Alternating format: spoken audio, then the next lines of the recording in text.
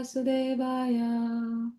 Namo Om Vishnupadaya Krishna Prishtaya Bhutale Srimate Bhakti Vedanta Swaminiti Namine Namaste Saraswati Deve Gauravani Pracharine Nirbishesha Shunyavadi Paschat Deshatarine Jai Shri Krishna Chaitanya Prabhu Nityananda Shri Advaita Gadadara Srivasadi Gaura Bhaktavinda Hare Krishna, Krishna Krishna, Hare Hare, Hare Rama, Rama Rama, Hare Hare. So we are reading today from Canto 10, Chapter 10, text number 18. Sorry, 18. I think we covered, yes. Thank you. So 10, 10, 18. Sadhunam samachittanam mukunda charanaishanam upekshya kim dana stambhe asadbhira sadashraya. Sadhunam samachittanam mukunda charanaishanam upekshya kim dana stambhe asadbhira sadashraye. Sadhunam samachittanam mukunda charanaishanam Upekshe kim dhanastambe asadbhira sadashraye. Synonyms, translation and purport by His Divine Grace A.C. Bhaktivedanta Swami Srila Prabhupada. Srila Prabhupada ki Jai. Sadhunam, of saintly persons. Samachittanam, of those who are equal to everyone. Mukunda Charana Eshinam, whose only business is to serve Mukunda, the Supreme Personality of Godhead, and who always aspire for that service. Upekshe, neglecting the association. Kim, what? Dhana stambhe, rich and proud. Asadbhi, with the association of undesirable persons. Asat, ashray, taking shelter of those who are asat or non-devotees. Translation. Saintly persons, sadhus, think of Krishna 24 hours a day. They have no other interest. Why should people neglect the association of such exalted spiritual personalities and try to associate with materialists, taking shelter of non-devotees, most of whom are proud and rich? Would anyone like to read the purport, please?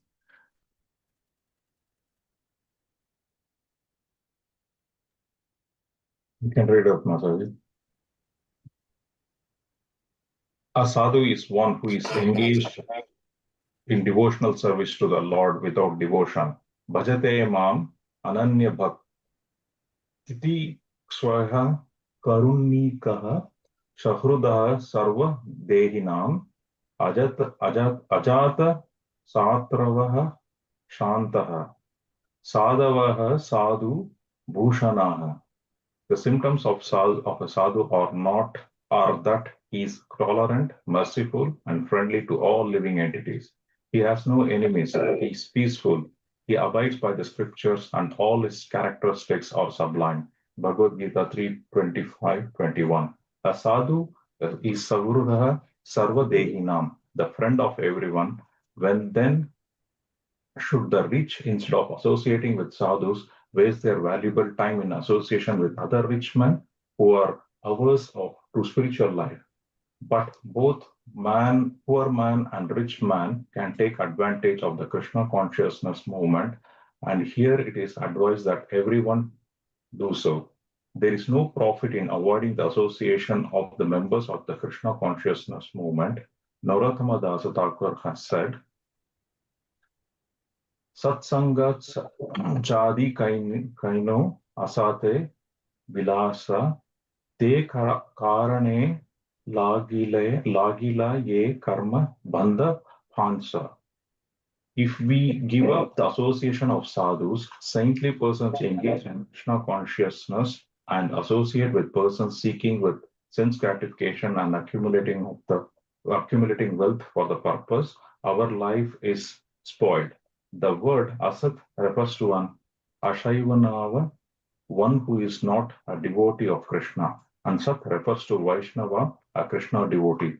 One should always seek the association of Vaishnavas and not spoil one's life by mixing with Avaishnavas. In Bhagavad Gita 7.15, the distinction between Vaishnava and Avaishnava is enunciated. Namam dushkritino mudha prapadyante naradamaha mayaya pahrate jnanam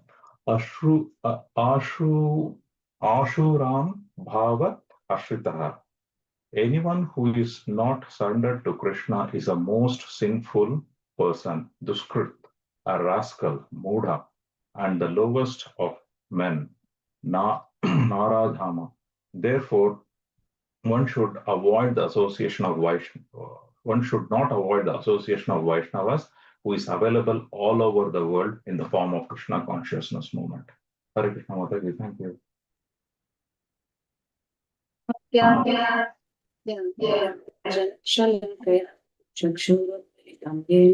Tasmai Shri Gurave Namaha.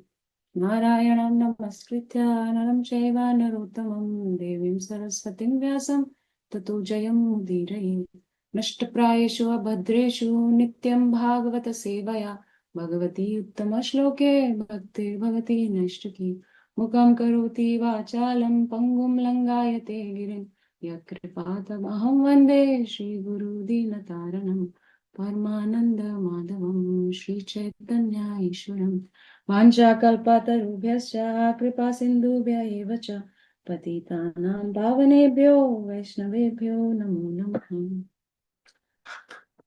So here we are seeing that the tattva is continuing.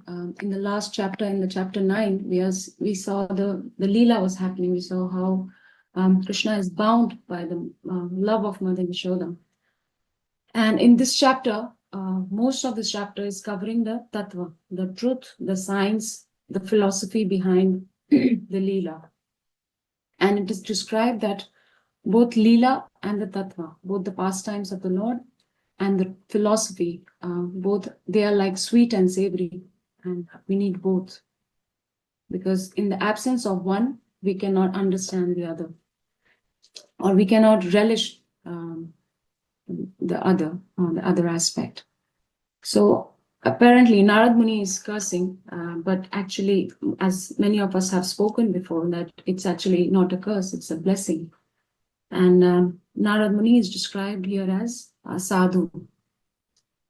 And Prabhupada is giving this definition of sadhu from, he's giving this definition of sadhu from this third canto, where Lord Kapila Dev is describing the glories. He's basically explaining it to Mother Devahuti, the ornaments or the abhushan of a sadhu, the qualities of a sadhu. And as the verse goes, Titikshva karunika suhridam sarvatehinam ajata shatrava shanta sadhava sadhu bhushanam. So Titiksha means he's tolerant. We heard the famous verse from Bhagavad Gita, Tam Tikshva Bharata. Krishna is asking Arjuna to tolerate the ongoing onslaughts of the material world, and whether it's happiness, distress, heat, cold, Krishna is asking Arjuna to become tolerant. So one of the qualities is being tolerant. Karunika means merciful. And we see that there are many types of friends. And here the next line says Suhrida. That Suhrida means someone who's very close to our heart. Hirit means heart. So Krishna or devotee, pure devotees of the Lord they will never think of any ill feeling towards us, or for that matter towards anyone. And that's how a devotee is. A pure devotee is like that. A Vaishnava is like that. He's friendly to everyone. He's Ajata Shatrava. Ajata Shatra means, Shatru means enemy. And Ajata Shatru means no enemies. So, Yudhishthira, one of the names of Yudhishthira Maharaj was Ajata Shatrava, that he had no enemy. Even though we may think that, what about the sons of Dhritarashtra? Duryodhana and Dushasan, they were enemies of Maharaj Yudhishthira. But as far as Yudhishthira Maharaj was concerned, he was not considering them enemies. They may consider Yudhishthira Maharaj as their enemy, but Yudhishthira Maharaj was a person who was described as Ajata Shatrava. Then the quality of the sadhu is described here as Shanta. Shanta is peaceful. And, we see this example of Maharaj Ambrish, how, just he had few drops of water to break his fast on Dwadashi day, and how Durvasa Muni got so angry. And he, from the tip of his hair, he produced a demon to kill Ambrish Maharaj. And while all this is happening, Maharaj Ambrish is peaceful. He's Shanta. He is not displaying any agitation or any disappointment that, oh, I was ready to serve this Vaishnavas, this sage, but look at the way he's reacting now. So he was Shanta. And then it says, Ajata Shatrava, I'll come back to this point again. Ajata Shatrava, Narad Muni is also described as Ajata Shatrava. Why? Because he had no enemies. Like we see in Krishna Leela, how he was friendly to both Kamsa as well as to Dhruva Maharaj, as well as to Prahlad Maharaj. He was friendly to both. And also, so he was equal to both demons as well as demigods. And here we are seeing in chapter 9 that Krishna has performed this pastime of being bound by Mother Yashoda. And now Krishna is thinking, how can I deliver these two personalities? So the first thing that Krishna, when he saw these two trees, Yamala-arjuna Trees, as Viraj Krishna Prabhu mentioned in his class on Saturday, that the first thing Krishna thought was, these are spoiled brats. These boys are spoiled brats and have nothing to do with them. Yet, the second thought Krishna had was, but because my pure devotee has promised them that they will be delivered by me, therefore I have to uphold the promise of my pure devotee. And Narad Muni, when he saw the boys, he saw these boys in an intoxicated condition, he was thinking that, how can I give them mercy of Krishna? How can I be an instrument of Lord's mercy here? So just such a sweet relationship between Krishna and the devotee, that Krishna is thinking, how can I uphold the words of my pure devotee? How can I serve my pure devotee? And Narad Muni, the devotee, is thinking, how can I be an instrument of Krishna's mercy to these fallen souls, to these boys of Kuvera? And therefore, the learning for us here is that we have been so fortunate to be able to be part of this, this revolutionary movement, Hare Krishna movement, and the responsibility, the learning for us is here that we also have to somehow or other pass this message of Krishna consciousness in whatever way we can. As Sakira Prabhu says, that we have to rise above our false ego and do our part. Somehow or other, we have to introduce this Krishna consciousness to others as well. And if we actually see, if we analyze, that's the only thing, when we read the scriptures, the only thing that's lacking in the society, or the root cause of the problems is the lack of Krishna consciousness. And therefore we need to share this message with others. The other day we had set up a small a table at the park, at the local park near our house, and there were about 15 or 20 children playing of different age groups in that park, and asked them to offer this lamp to the picture of Mother Yashoda and Lord Krishna, and most of them were from Indian background. And when we asked them to offer this lamp, I was actually shocked. Most of the children had no idea as to how to offer the lamp. And this we are talking about people who are from Indian culture. They are exposed to the idea of having an altar at home, do have some worship that they must be seeing, but these children had no idea. And I was thinking, as Kali Yuga is going to progress, it is going to get even worse. So therefore, we have this, responsibility of sharing Krishna consciousness, this message of Srila Prabhupada with others, whichever way we can, distributing prasadam, distributing books. If there is an opportunity, if we cannot go alone, whenever there is an opportunity to go on Harinam, we try to participate in that. And also, if we are not able to go out, even at the temple, when we see a new person, we try to talk to them, we make them comfortable. We try to tell them about, our WhatsApp community groups so that they can be connected. Because when we have got this fortune and we have got this mercy to double up our own mercy, when we can be a little selfish also here that, yes, okay, I have got this mercy, but if I want to double the mercy, I have to share this message with others. And this verse is highlighting the significance of sadhu sangha. The other day, Viraj Krishna Babu in his class on Saturday was mentioning that how people who drink, they go to pubs. People who drink alcohol, or they are going to pubs. But aspiring devotees like us, we congregate, we gather in temples for Sankirtan.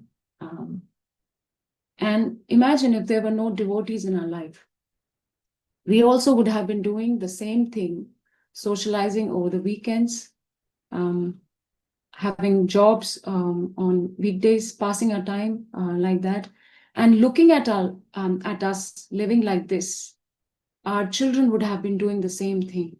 And therefore, devotees intervened in our lives, and therefore we appeared.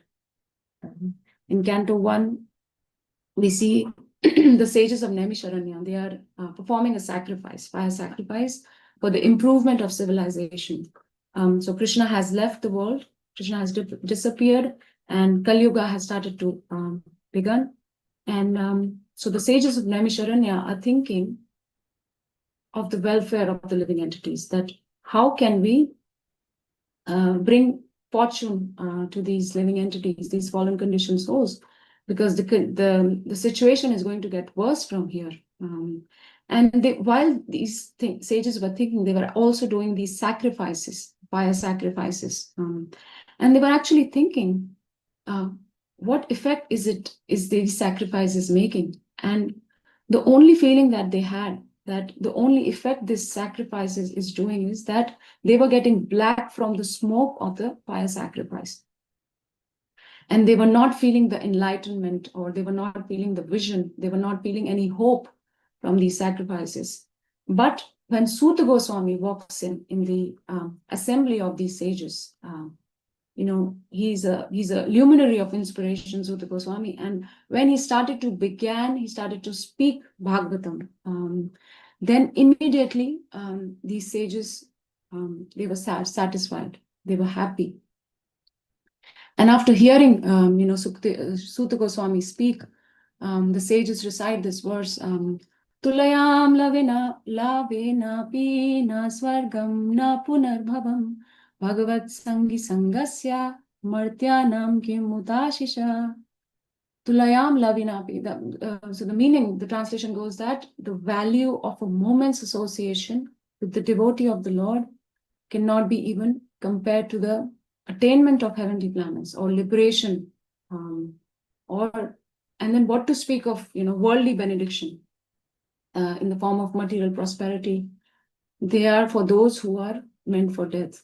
So this value of a moment's association cannot be compared with any of these things: heavenly planets, liberation, material prosperity. And how is this moment described? When we are saying the value of a moment, the moment is described as lava. As lava is 1/11th of a second. So it's like 0.09 second. Even greeting Hare Krishna takes longer. So just imagine this association of devotees being so powerful. When we go out on Harinams, it is not ordinary. Someone asked my Guru Maharaj that, is it okay to chant in the mind? And my Guru Maharaj said that, when we are chanting, you don't have to be very loud, but when we are chanting, we are also, dictating our mind. That's how the mind comes in control.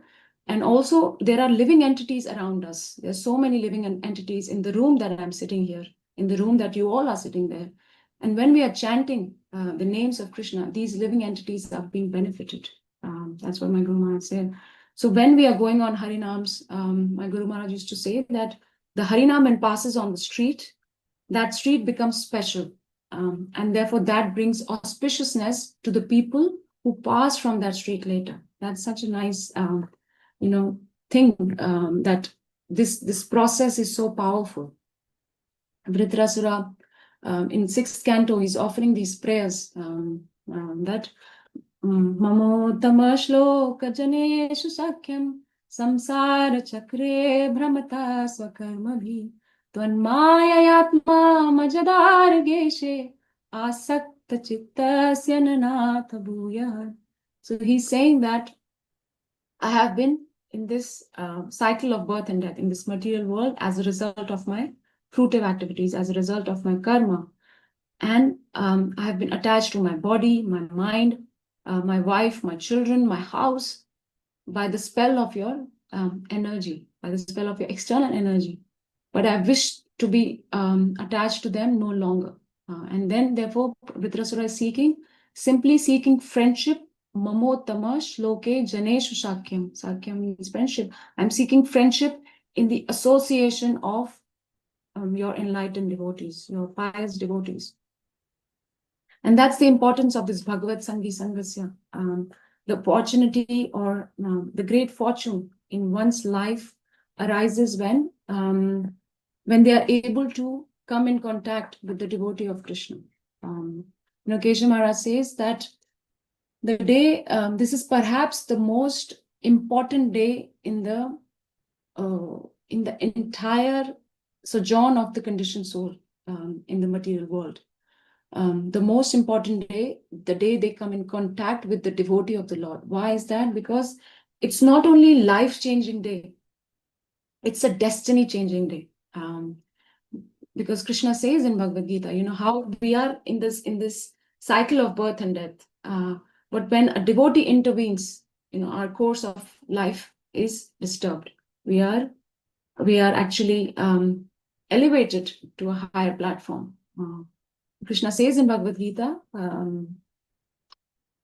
that there is no loss or diminution in this path, and a little advancement of this path actually protects us from the most dangerous type of fear. That means Trayate Mahato Bhaya.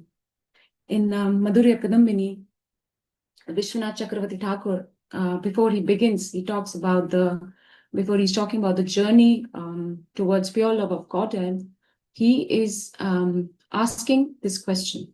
So where does devotional service start? How does devotional service begin? What is the root cause of this, triggering this journey towards Krishna? And if we actually analyze, it's a very important question to have the answer to. Because when we have the answer to this question, the first thing, there are 3 things that happens. The first thing, it gives us gratitude. If also we analyze the day devotional service began in our life, it gives us gratitude. And then gratitude towards people who have introduced us to Krishna consciousness. We are grateful, and then gratitude brings, it softens our heart. And that's what Prabhupada is saying. It's karunika. Devotees are merciful. Unless our heart is softened, how can I can share this message with others? How can it will be very dry. This movement, this process, the bhakti path will become very dry if I don't have gratitude.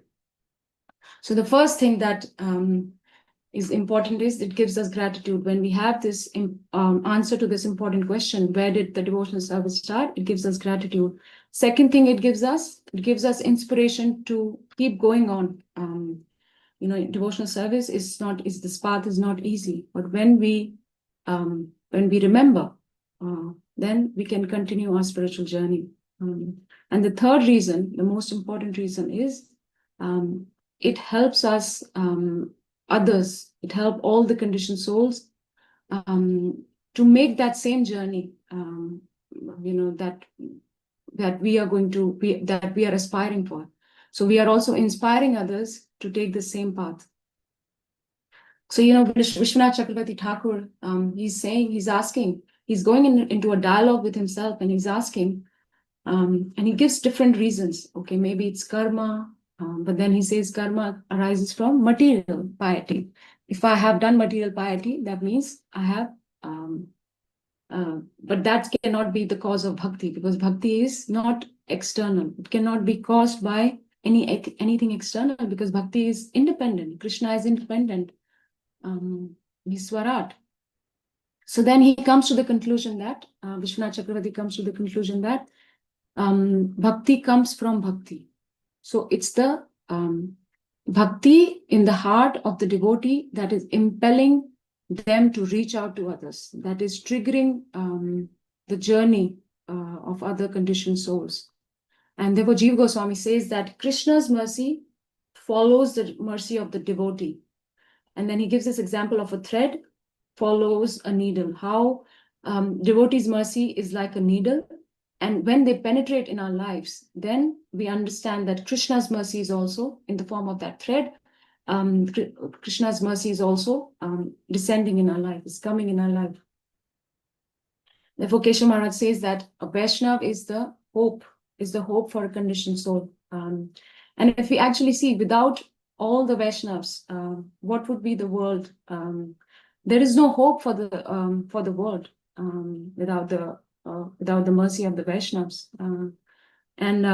We may think that, oh, I'm such a small devotee, I'm so insignificant. But actually, there is no such thing as a small devotee. Keshav Maharaj gives this example that if we go into outer space and if we light a candle, then we can see that candle from 12 miles away. That's strange, but true. So it's so dark in there, but we can see that candle from 12 miles away. So in this dark age of Kali, where there's no hope, every devotee, each one of us is like a candle, and we are giving light to the world. Something that we have inherited, as we are Prabhupada Nugas, we are Rupa Nugas, Rupa Goswami's followers. And we have inherited this movement from our spiritual masters, from our acharyas, from Srila Prabhupada. And therefore, it's our responsibility now to share this message with others. There is this pastime of Brahmananda Prabhu and Srila Prabhupada. So Brahmananda Prabhu recalls the day of Srila Prabhupada, and one day of Srila Prabhupada, and he was mentioning that how Prabhupada started his day, and then he was giving in the morning, he gave class, and he was just going the whole day, meeting people, lecturing, writing letters, translating, organizing, solving managerial problems. And in the evening, they were returning from a program, and Prabhupada and Brahmananda Prabhu were sitting at the back of the car. And Prabhupada was sitting next to Brahmananda Prabhu, and Prabhupada began to doze off. And he was leaning, and he was leaning towards Brahmananda Prabhu's shoulder. And then finally, he was because he was so tired, he was in the lap of Brahmananda Prabhu. And looking at Prabhupada in his lap, Brahmananda Prabhu said that every last bit of Prabhupada energy, every last bit of energy that Prabhupada had, he just gave that to reach out to others. He didn't hold any energy back. He just gave out everything.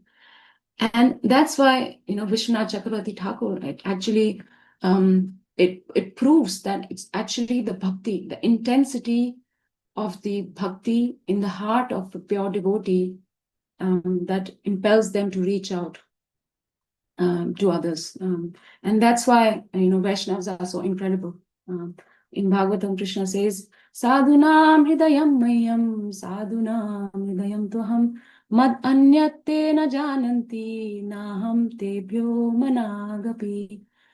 It means that the pure devotee, Krishna is saying, the pure devotee is always within the core of my heart, and I am always in the heart of the pure devotee. My devotees, mad anyat te na jananti, my devotees do not know anything but me, and I do not know anything but them. So such a beautiful relationship between devotee and Krishna, and Prabhupada is such a devotee. We have this this responsibility of taking this message out to others. The last line in the purport, sorry, it's 701, but I'll just finish with this last point. The last line in the purport says that anyone who's not surrendered to Krishna is the most sinful, a rascal, and the lowest of men. So, such a strong statement that Prabhupada is making. And we may wonder, well, there are so many kind people, even outside the movement. It's not that when we meet, our colleagues or people in general at the shopping center, people are not that bad. But Prabhupada is saying anyone who's not surrendered is the most sinful. Such a strong statement. But actually, Bhagavatam says that if these good qualities, if the qualities like kindness, if they don't inspire you to become connected to Krishna, if they don't inspire us to become to surrender to Krishna, then these so-called good qualities are also not worth having. Therefore, that's why Prabhupada is saying that we should not avoid the association of Vaishnavas, and we should share this message with others, as I mentioned in the class before.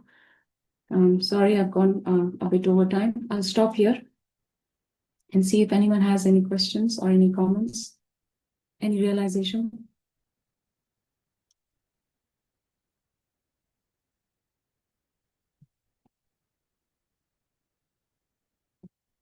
Granthra srimadbhagavatam ki jai, Jagat Guru Srila Prabhupada ki jai. Have a blissful Krishna conscious day, everyone. Thank you for joining. Hare Krishna. Hare Krishna Mataji, thank you. Mataji, Hare Krishna. Hare Hare Krishna. Krishna Mataji, thank you. Hare Krishna Mataji, thank you. Hare Krishna Mataji. Thank you, Mataji. Hare Krishna Mataji, thank you. Thank you, Mataji.